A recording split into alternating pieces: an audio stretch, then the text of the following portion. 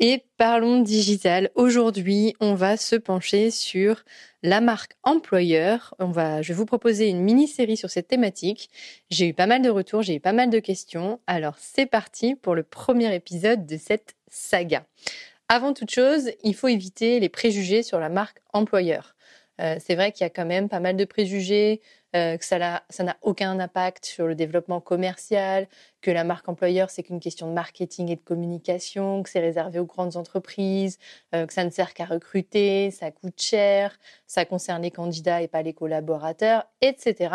Je vous passe un petit peu tous ces préjugés, mais effectivement, il faut aller au-delà de tous ces préjugés et se rendre compte que la marque employeur, c'est un réel concept qui va servir aussi bien les personnes qui travaillent dans l'entreprise que pour recruter les nouvelles personnes. C'est aussi bien pour fidéliser des collaborateurs que pour justement recruter et donner envie à des personnes même de postuler spontanément dans cette entreprise. Et pour ça, il va falloir déjà cerner les enjeux d'une marque employeur forte.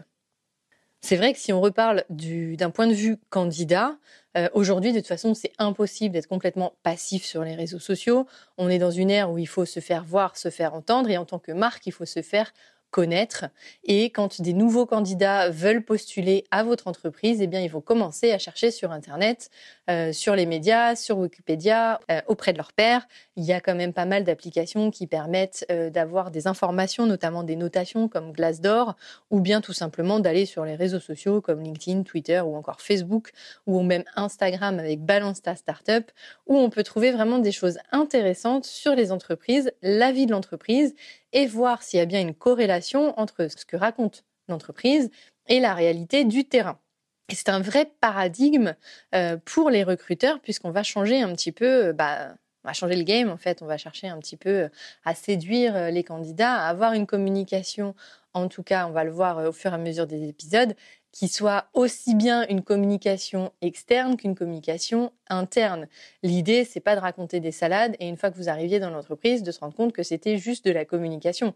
Il faut la vivre, cette marque employeur, il faut la créer, il faut la faire vivre en interne et c'est là où rentre en jeu justement tout l'intérêt d'une marque employeur. Et d'ailleurs, pour appuyer ces propos, je vais vous donner la définition de la marque employeur. Comme ça, on part tous sur les mêmes bases.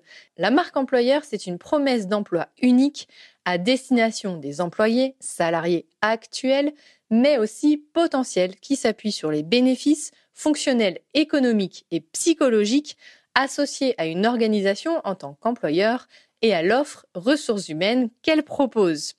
La marque employeur permet donc de créer une identité et une image distinctive de l'organisation en tant qu'employeur. Et là, c'est hyper puissant. Vous avez pas mal de définitions qui existent. J'ai eu envie de vous partager celle-ci.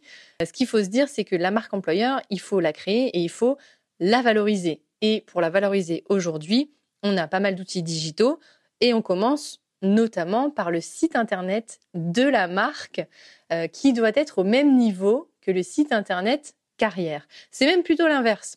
Souvent, on arrive sur le site internet de la marque, il est canon, il est design, il est hyper moderne, et on arrive sur un site internet du site carrière où là, on retourne 10 ans en arrière en termes de technologie.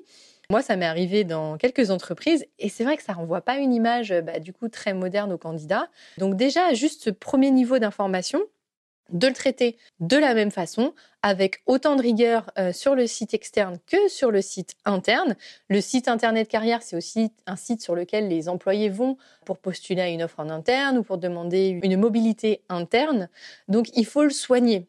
Et ce qu'on doit retrouver sur ce site Internet Carrière notamment, c'est un discours sur les valeurs de l'entreprise. Il y a très peu d'entreprises qui le mettent sur leur site carrière. Des témoignages collaborateurs, Lidl le fait très très bien et c'est vrai que quand ils ont fait leur campagne de recrutement il y a quelques temps, on va sur leur site, on a des témoignages collaborateurs en plus des spots télé, on se projette facilement dans l'entreprise. Donc avoir des témoignages de collaborateurs, quelle que soit votre entreprise, c'est un point positif et ça permet d'humaniser la relation, d'avoir un côté sympathique et de se rendre compte de comment sont les employés finalement, comment ils vivent leur vie au travail dans votre entreprise. Des informations sur les politiques et les pratiques RH. Est-ce que quand je rentre dans l'entreprise, je vais avoir un plan d'évolution directement ? Certaines entreprises le font, c'est très transparent. J'arrive à un poste, je sais que dans 5 ans, j'ai un programme pour évoluer à tel poste, j'ai un plan de formation qui m'accompagne, j'ai des points différents pendant ces 5 années qui m'accompagnent et je sais où je vais. Et ça, très peu d'entreprises le font, en tout cas à ma connaissance. Moi, de ce que j'ai pu vivre dans toutes les entreprises dans lesquelles j'ai travaillé, j'ai jamais connu ça. Donc voilà, avoir un plan de formation, savoir où on va quand on postule, savoir qu'on peut évoluer, parce que c'est important aussi de se dire, je vais pas faire le même job toute ma vie, et savoir qu'on est accompagné par l'entreprise, c'est super important. On peut aussi trouver les descriptions des métiers de l'entreprise. Chaque entreprise a son jargon, a ses terminologies, a ses même sens de fonction, puisque un poste de chef de projet d'une entreprise à l'autre, par exemple, ne veut pas dire la même chose. Et donc, c'est important pour se projeter dans la marque employeur, dans l'entreprise, de savoir ce qu'il y a derrière chef de projet, qu'est-ce qu'il y a derrière encore d'autres postes, et puis d'avoir une palette aussi de visibilité sur les postes qu'il y a dans l'entreprise. Voilà pour le site carrière, donc des vidéos, ça marche pour les témoignages, mais ça peut être aussi le RH qui prend la parole, un directeur qui prend la parole pour partager les valeurs de l'entreprise.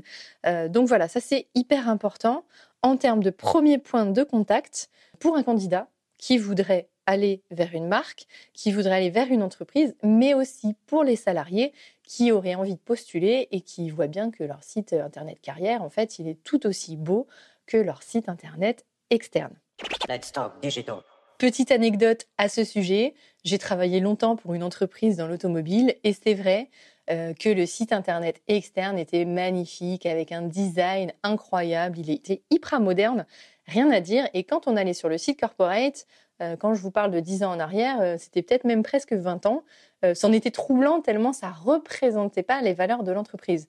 Donc, en tant que candidat de l'extérieur, ça peut être vraiment très déstabilisant. Quand on est salarié de l'entreprise, c'est vrai, on se dit, bon, il pourrait faire quelque chose, mais c'est moins choquant. Mais c'est vrai que quand on essaye de recruter des nouveaux candidats, ça peut être un frein et se dire, peut-être que la modernité, elle est que pour le market et la com externe et il n'y en a peut-être pas en interne. Donc vraiment, j'insiste, soignez votre communication interne autant que votre communication externe. Merci de m'avoir écouté et je vous retrouve pour le second épisode de la saga.